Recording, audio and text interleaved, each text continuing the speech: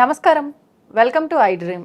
ధర్మ మార్గం విత్ విజిత కార్యక్రమానికి స్వాగతం. ప్రస్తుతం మనతో పాటు ఉన్నారు దివ్య విశ్వశక్తి పరివార చారకులు స్వామి ఓం స్వరూప్ గురువు గారు. ఇప్పుడు వారితో మాట్లాడి మరిన్ని విషయాలు తెలుసుకుందాం. నమస్కారం అండి. దివ్య స్వరూపులందరికీ దివ్యాశీషులు. ఇప్పుడు మనం దేవాలయాలకు వెళ్తే అక్కడ పాజిటివ్ ఎనర్జీ ఉంటుంది. అంటే ఒక పాజిటివ్ శక్తి ఎనర్జీ అనేది ఒక శక్తి కేంద్రమే ఒక దేవాలయం. అంటే ఆ దేవాలయంకి మనం తరచుగా వెళ్ళటము, లేదు దైవారాధనలో మనం తరచుగా ఉండటం వల్ల ఆ శక్తిని మనం కూడా సంపాదించుకుంటాం. మన దగ్గర ఆ శక్తి కనుక ఉంటే మనం ఏదైనా చెయ్యొచ్చా? అంటే మనకు అనుకూలంగా పరిస్థితులను మనం మార్చుకోవచ్చా?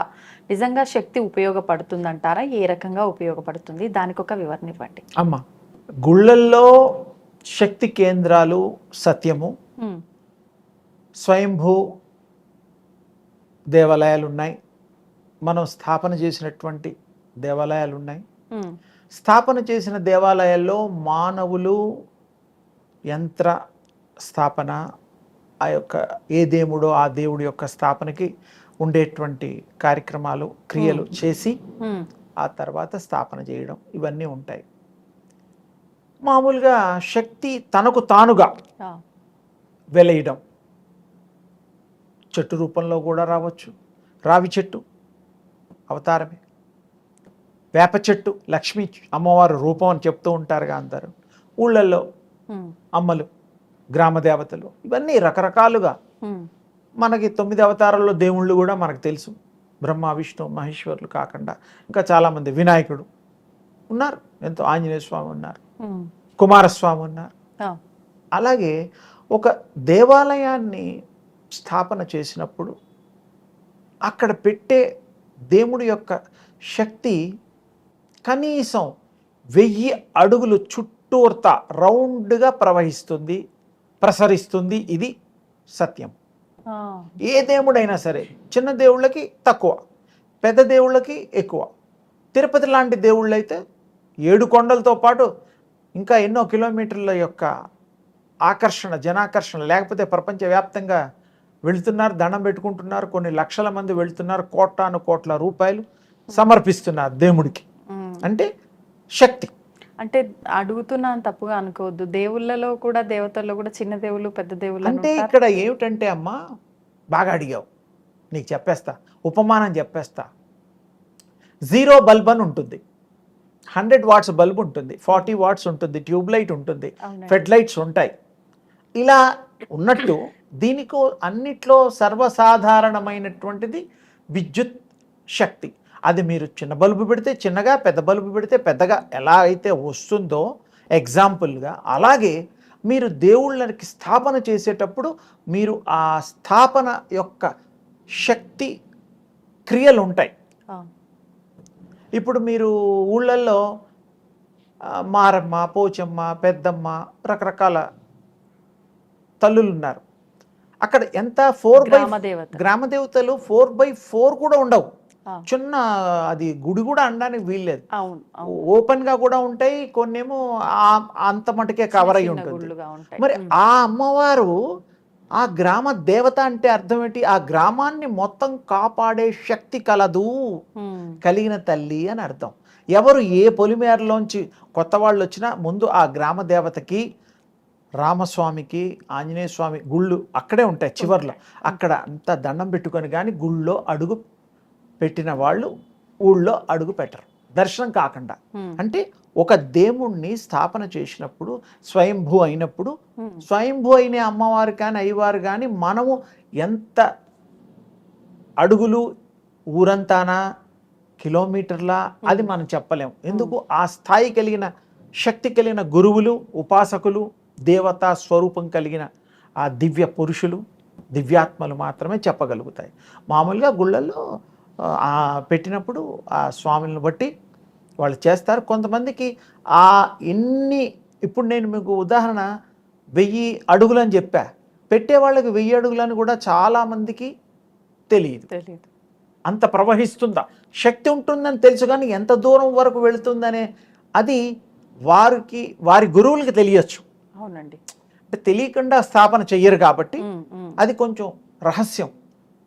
అందుకని వారు ప్రదక్షిణాలు కూడా చేయడానికి గల కారణము, పాదాలు గుళ్ళో బయట ప్రదక్షిణ 108, ఒక 11 మినిమము ఇలా చేస్తూ ఉంటాం కోరికలను బట్టి, నామం చేస్తాం. అప్పుడు ఈ పాదాల కింద అరికాళ్ళల్లో కింద పాదం అంటాం అరికాలు తగిలినప్పుడు ప్రవహించే ఆ యొక్క శక్తి పుంజాలు అవి దానికి తగిలి ఆ కింద నుండి సహస్రారం వరకు కూడా ప్రవహిస్తూ ఉంటుంది.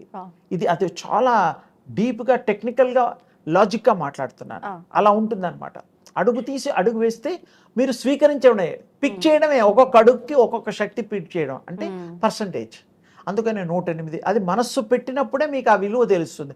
వెళ్ళమన్నారు కదా అని గబగబా తిరిగేసి పరిగెట్టేసి అయిపోయింది 10 ఇంకా నా పని కాలేదంటే కాదు. మీరు ప్రశాంతంగా భగవంతుడి నామం చేస్తూ భగవంతుడి ముఖాన్ని చూస్తూ తాదాత్మ్యం చెందుతూ ఆ యొక్క ప్రదక్షిణాలు చేసినప్పుడే మీకు ఆ శక్తి ఇంజెక్ట్ అవుతుంది బాడీలోకి. లేకపోతే ఒక్క సెకండ్లో ఇలా ముట్టిలా తీసేస్తే ఏం కాదు. వేసి ఉండాలి దేన్నైనా. అలాగే పాదాలు కూడా చక్కగా మెల్లిగా చక్కగా తిరగాలి నామాన్ని చెప్తూ. అప్పుడు ఈ గుళ్ళల్లో ఈ టెక్నిక్ పూర్వం నుంచి ఉంది, ఇప్పుడు కాదు.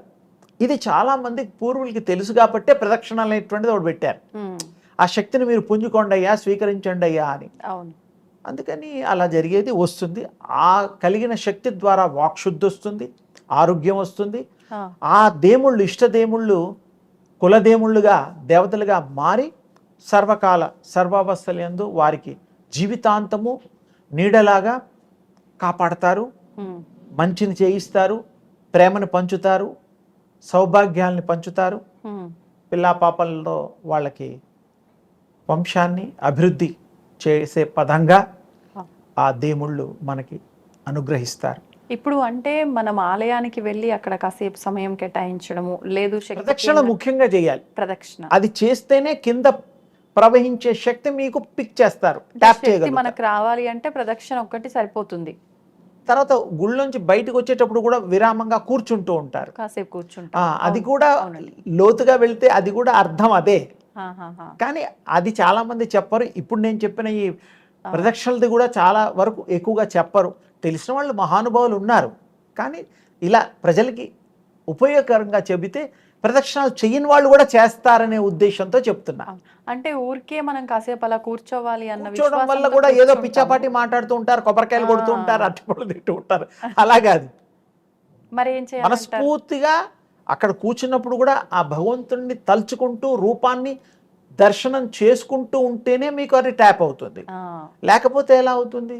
కాదు. ఇప్పుడు అలా మనం సంపాదించుకున్న శక్తి ఆటోమేటిక్ గా మనకు ఉపయోగపడుతుందా? అది మీకు వద్దంటే శక్తి ఎలా పారుతుందంటే ఒళ్ళంతా శరీరం అంతా శక్తిమయమైపోయి,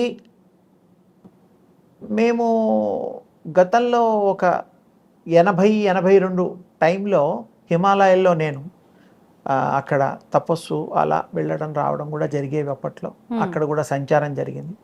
ఒక యోగిని తల్లి, ఆ అమ్మ పేరు శక్తిమా, అమ్మ పేరు. ఆవిడ కూడా చాలా దైవాంశ సంభూతురాలు. ఎవరికి ఎప్పుడు పడితే అప్పుడు గాలిలోనే మాయమైపోవడాలు, ఏదంటే అది మీకు సృష్టించి ఇవ్వడాలు, ఏదంటే అది. అప్పట్లో ఫలాలు ఇచ్చేది తల్లి. ఇంకెవరికి మరి యోగులకి అంతకంటే బంగారాలు అలాంటివి కోరుకోరుగా. అయితే అప్పుడు ఆ అమ్మవారు యొక్క శక్తి నాకు చూడ్డానికి అవకాశం చిక్కింది. వారు ఒక ఫలాన్ని ఇచ్చారు. సరే, ఇంకా కొన్ని చూపించారు, అనుభవంతో చెప్పారు. మనకి కూడా ఆ శక్తి ప్రసరణ చేయగలుగుతారు. కళ్ళతో చెయ్యొచ్చు, చూపుతో. ఎంత గొప్ప శక్తులు అంటే, ఎలాగైతే ఇలా టార్చ్ వేస్తే ఎలా అయితే కాంతి ప్రయాణం చేస్తుందో ఆ మాదిరిగా వాళ్ళు దేవుడు గుళ్ళల్లో కూడా చూడండి ఇలా చేతులు ఉంటాయి. ఇది ఇవ్వడం, ఇదేమో వారు యూనివర్స్లోంచి తీసుకోవడం. అందుకని ఏ దేవుడైనా ఇట్లా అభయహస్తం ఉంటుంది. అంటే మీకు ఎప్పుడు సుఖ సంపదలు ప్రసాదించే శక్తి మీకు ఇస్తారు. ఇప్పుడు మీకున్న శక్తిని ఇంకొకరికి ప్రసాదించవచ్చు, ఇవ్వచ్చు. మీరు సంపాదించింది మీ పిల్లలకి ఎలాగైతే ధనం. రాసి పెట్టి మ్మ్. బ్యాంకు డబ్బులన్నీ ట్రాన్స్ఫర్ చేసి ఎంత సహజమో ఇష్టం వచ్చిన వాళ్ళకి ఇస్తాంగా. భార్యకే కాదు, చెల్లైకే కాదు, ఫ్రెండ్స్కే కాదు, ఎవరికైనా సరే ఇస్తాం. ఇది ఎంత సహజమో శక్తి కలిగిన వాడు తలుచుకుంటే ఎదుటివాడు అనారోగ్యాన్ని ఆరోగ్యవంతుడికి చేయొచ్చు. మ్మ్. డాక్టర్లు మందులు ఇస్తారు పాపం, వాళ్ళు చదువుకున్న చదువుకు న్యాయం చేస్తారు. మ్మ్. ప్రాణాన్ని పోయడం అంటే అది అంత తేలికైన విషయం కాదు, దేవుడు చేయాల్సిన పనులు అవి. మీరు సాక్షాత్ శక్తి స్వరూపులైపోతారు, అమ్మవార్లు అయిపోతారు. అందుకని వారు ఇవ్వగలుగుతారు. ఇంకొక నమ్మడానికి శక్యం కాదు, కానీ గతంలో ఎన్నో జరిగాయి. చనిపోయిన వాళ్ళని కూడా బ్రతికించవచ్చు. మ్మ్. మన యోగులు చేశారు. వాళ్ళు కూడా ప్రాణం పోతే మళ్ళీ వాళ్ళకి ప్రాణం తీసుకోవచ్చు. మ్మ్. ఈ మధ్యకాలంలో మరి చాలా ఉన్నాయి. ఈ మధ్య వాగ్వివాదానికి చోటు కాకుండా నేను దాన్ని ఎక్కువగా ప్రస్తావన చేయడం లేదు. ఇప్పుడు మనిషిలో ఉన్న శక్తిని ఒక వస్తువులోకి మార్చొచ్చు, ఎలా ప్రవేశించపెట్టచ్చు. మార్చొచ్చంటారు? సంకల్పంతో పండులో ప్రవేశపెట్టచ్చు. మీకు ఎవరికి ఒప్పుకునేటట్టుగా ఎవరికి ఆర్గ్యుమెంట్ కాకుండా శక్తివంతుల యొక్క మన మాయా మచ్చింద్రుడు అని అటువంటి మహా శివస్వామి వారే అనుకో, విష్ణుస్వామి వారే ఇద్దరుగా మాయా మచ్చింద్రుడు, గోరఖ్నాథ్ మ్మ్. వాళ్ళు మెయిన్. ఇంకా వాళ్ళతో పాటు ఇంకా 7 శిష్యులు, మొత్తం 9 మంది ఉండేవారు. ఈయన శిష్యులు ముఖ్యంగా మచ్చింద్రుడి యొక్క శిష్యులు. ఆయన టైంలో ఇలా మీలాగే కూర్చున్న ఈ ఆసనం, వారు ఆసనంతో సహా గాల్లోకి వెళ్ళిపోయేవారు, మ్మ్. ప్రయాణం చేసేవారు గాలుల్లో. ఆ. ఏదంటే అది సృష్టించి ఆహారాన్ని ఇచ్చేవారు. కళ్ళు లేని వాళ్ళకు కళ్ళు ఇచ్చేవారు, ఆ. ప్రాణం లేని వారికి ప్రాణం పోసేవారు. కానీ టైం ఉండేది. మ్మ్. అంటే ఎప్పుడు బతకడానికి వీలుగా కాకుండా మ్మ్. కొంత వరకు ఇచ్చేవారు. మ్మ్. అలాగే చర్మలోగాలు, అనారోగ్యాలు, ఈతి బాధలు, ధనాలు, ఇవన్నీ కూడా ఆ శక్తివంతులు ప్రసాదించగలిగేవారు. మ్మ్. అది మాయా మచ్చేంద్రుడి యొక్క చరిత్ర ఇంకోసారి విస్తారంగా చెప్పుకుందాం. ఆయన కూడా ఎన్నో మహత్యాలు ఊహించలేనటువంటిది చూపించాడు, చేశాడు. అలాంటి విష్ణు స్వరూపుడు, మ్మ్. సాక్షాత్ విష్ణు అవతారం ఆయన. మ్మ్. అందుకని భగవంతుడు అవతారాల్లో అందరికీ శక్తులు ఉన్నాయి. శక్తి లేనిది ఒక్క అవతారం లేదు, అందరికీ ఉన్నాయి. ఇప్పుడు మానవుల అవతారాల్లో కూడా ఉన్నాయి. మ్మ్. మనం మానవులం కదా, మనకు కూడా శక్తులు ఉన్నాయి. ఎవరన్నా వస్తే ఆలోచిస్తే మనం ఆలోచించి వీడు మంచాడా చెడ్డాడా చెప్పేస్తున్నాం వితౌట్ నాలెడ్జ్. వీడు డబ్బులు ఇచ్చేవాడికి కూడా వీడు మళ్ళీ తీరుస్తాడా లేదా అది కూడా తెలిసిపోయి కొంతవరకు మనం దాన్ని గ్రహించగలుగుతున్నాం. అవును. అలాగే కొన్ని జబ్బులు వస్తాయి, ఇంకా వీడు బతకడు అని డాక్టర్ కూడా తెలిసిపోతుంది మ్మ్. మ్మ్. ఆ జబ్బుల్ని బట్టి. మ్మ్. ఇవన్నిటికీ అతీతంగా శక్తిమంతులు అవన్నిటినీ తుడిచేయగలుగుతారు, ఆ. తగ్గించగలుగుతారు. ఎంతోమంది గురువులు ఎన్నో చేశారు, మనం చరిత్రలో చూడొచ్చు. అందుకని సాధ్యమే, ప్రతిదీ సాధ్యమే సాధనతో. అందుకని మనం సాధించాలి, సాధన చెయ్యాలి. మీరు నమ్ముకున్న భగవంతుడిని ఏ రూపం అయినా సరే, ఇంకా నీవే తప్ప హితపరం బెరుగా తల్లి తండ్రి అని పట్టుకున్న శరణాగతి అయినప్పుడు మీరే వారవుతారు. ఏ దేవుణ్ణి మీరు కొలిస్తే ఆ దేవుడి రూపాలు, గుణాలు మీకు వస్తాయి. ఇది సత్యం. ఆ. అందుకనే పోలికలు వేరు. జెనెటిక్గా మా నాన్నలాగా నేనున్నాను, నాలాగా నా బిడ్డున్నాడు, నా మనవడున్నాడు అనేటువంటిది శరీరం. శరీరం. ఆత్మలు వేరు, అది శక్తాత్మ. మ్మ్. అందుకని ఆ శక్తిని సంపాదించుకోవాలి. ఆ దివ్య శక్తిని మనము స్వీకరించాలి ఏకాగ్ర చిత్తంతో, ఇష్టమైన నామంతో, తర్వాత భక్తి భావంతో, మంత్రంతో, ఏదైనా శక్తి కావాలంటే మరి ఏదో ఉపాసన చేయకపోతే రావు. ఈ శక్తి వచ్చిన వాడు ఏమైనా చేయొచ్చు, ఎవరికైనా ఇవ్వచ్చు. ఇందాక ఆస్తులు ఇచ్చేటట్టు చెప్పామే. అందుకనే గురు శుశ్రూషలు చేసేవాళ్ళు ఒకప్పుడు. గురువు గారిని సేవ చేసుకుంటే ఈయనని శక్తి మంతు చేసి శక్తిపాత్ అంటారు దాన్ని.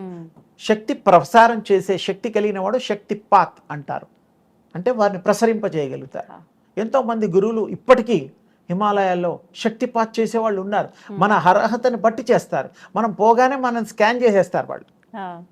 ఈయన ఈ పోయిన జన్మలో ఇది, ఈయన మంచివాడు కాదు, ఈ బుద్ధి బాగాలేదు, ఈ బాగుంది, మంచివాడు, గుణగణాలు అన్నీ తెలిసిపోతాయి వాళ్ళకి. అప్పుడు చేరదీసి శిష్యరికరం చేస్తా అంటే అప్పుడు ఓకే అంటారు. లేకపోతే మీరు చెడ్డవాడిని ఉద్యోగంలో పెట్టుకుంటారా, డబ్బులు ఊరికే పని చేస్తానంటే వద్దురా నాయన నువ్వు వెళ్ళిపో అంటాం. ఎందుకు? ఫ్రీగాని మనం చేయించుకోం, అంటే మంచివాడు కాదని ప్రూవ్ అయింది కదా. అలాగే దేవుళ్ళు కూడా భక్తుల్ని పరీక్షలు పెట్టి వాళ్ళని శుద్ధాత్మగా తీర్చిదిద్దిన తర్వాత అన్ని అనుగ్రహిస్తారు, అన్ని కోరికలు తీరుస్తారు. పూర్వం అంతా కూడా దేవుళ్ళు రకరకాల ఉపాసన చేసిన రాక్షసులకు కూడా ఎంతో గొప్ప వరాలు ఇచ్చినట్టుగా మన చరిత్ర చెప్తోంది. రాక్షసులంత ఘోరమైన వాళ్ళం కాదు కదా, మానవులు చాలా తక్కువ శక్తి కలిగిన వాళ్ళం, మంచి వాళ్ళం. రాక్షసులతో కంపేర్ చేస్తే వాళ్ళు చేసినట్టు పాపాలు మనం చేయలేదు. మనం చేసేది మన లెవెల్లో చేస్తామేమో కానీ ఆ లెవెల్తో మనం పోల్చలేము. అలాంటి వాళ్ళకి భగవంతుడు ఇచ్చాడు. సరే, వాళ్ళు సద్వినియోగపరచుకోలేదు కాబట్టి అనుభవించారు. ఆ స్వామివారే వాళ్ళ కోసం అవతారాలు ఎత్తి శిరక్షేదన చేయడం, అన్ని దుష్ట శిక్ష రక్షణ చేయడం జరిగింది. కానీ శక్తి ఉన్నవాళ్ళు శక్తి ప్రసరణ చెయ్యగలరు, శక్తినివ్వగలరు. వాడికి శక్తి వచ్చిన తర్వాత వాళ్ళు దానికి పద్ధతి ప్రకారం కాపాడుకోగలిగితే 100 ఏళ్ళకి 120 ఏళ్ళకి మనం కట్టుకున్న ఇల్లు ఇప్పుడు ఉన్నట్టే. భూకంపం వచ్చినా కూడా ఇల్లు కూలిపోని ప్లానింగ్తో కట్టేటువంటిదే కరెక్ట్ ఇంజనీరింగ్ అన్నట్టుగా మంచి గురువులు పట్టుకొని మంచి శక్తి సంపాదించుకోగలిగిన నాడు మనం ఎప్పుడు ఎవర్ గ్రీన్గా ఎప్పుడు శక్తివంతులుగానే ఉంటాం. ఓసారి శక్తి తక్కువ అవడం, ఓసారి శక్తి ఎక్కువ అవడం, ఎప్పుడు చేసే పిచ్చి పనులకి పాప పనులకి శక్తి తగ్గిపోతుంది. దేవుడు కూడా మన్నే శిక్షిస్తాడు. మంచి చేస్తే శక్తి పెరుగుతుంది. ఎప్పుడు అజరామరంగా శక్తివంతులుగానే ఉంటాం, శక్తి స్వరూపాలుగా ఉంటాం, శక్తి పరులుగానే మిగులుతాం. ఇది దృష్టిలో పెట్టుకొని మీకు కావలసిన శక్తి ఎలా సంపాదించుకోవాలి ఏమిటో ఆలోచన చేసి ఏకాగ్రత చిత్తంతో మీరు శక్తిని సంపాదించి ధన్యులుగా కండి. ఇతరులకు కూడా మీకు ఇష్టమైన వాళ్ళకు కూడా మార్చండి, శక్తితో మార్చొచ్చు కూడా. వాళ్ళని మార్చడానికి కూడా వీలుంది. తెల్లటి కాగితం మీద మనం ఏమైనా రాసుకోవచ్చు, పలక మీద కూడా బలపంతో ఏమైనా రాసుకోవచ్చు, తుడుపుకోవచ్చు. మన చేసిన కర్మల్ని కూడా మంచి కర్మలతో ఊర్ధ్వగతులు పొందొచ్చు, చెడ్డ కర్మలతో శిక్షలు అనుభవించడం అందరికీ తెలుసు. అందుకని మనం మంచి కర్మలు చేసి మన పూర్వజన్మలో ఉండే కర్మల్ని కూడా మనం చెరిపేసుకోవచ్చు. సరి అయిన గురువులు, సరి అయిన దీక్ష, సరి అయిన ఉపాసన చేసిన వాళ్ళకి మాత్రమే ఈ అర్హత వస్తుంది అనేటువంటిది మీ అందరికీ అర్థమయ్యడానికి కోసం ఉపమానాలు చెప్పాను. మీరు తప్పకుండా దాన్ని పాటించాలి.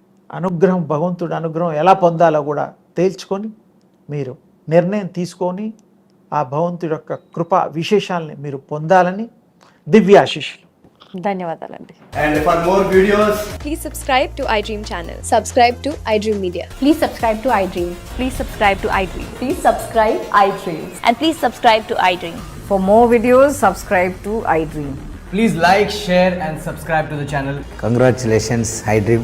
Subscribe to iDream. Subscribe to iDream. So subscribe to iDream Media. iDream ki iDream team andarki huge congratulations. Please subscribe iDream Media. Please subscribe to iDream. Subscribe iDream. Please subscribe to iDream. iDream అంటే నా కళల channel subscribe చేసుకున్న నోరు తిరుగుతలేదు, మీరైతే గంట గుర్తు కొట్టండి. For more such videos, please subscribe to iDream. Subscribe to iDream. Please subscribe to iDream. Please subscribe iDream Media. Please do subscribe to iDream. Please subscribe to iDream Media. For best entertainment and information, please subscribe iDream. And don't forget to subscribe to iDream.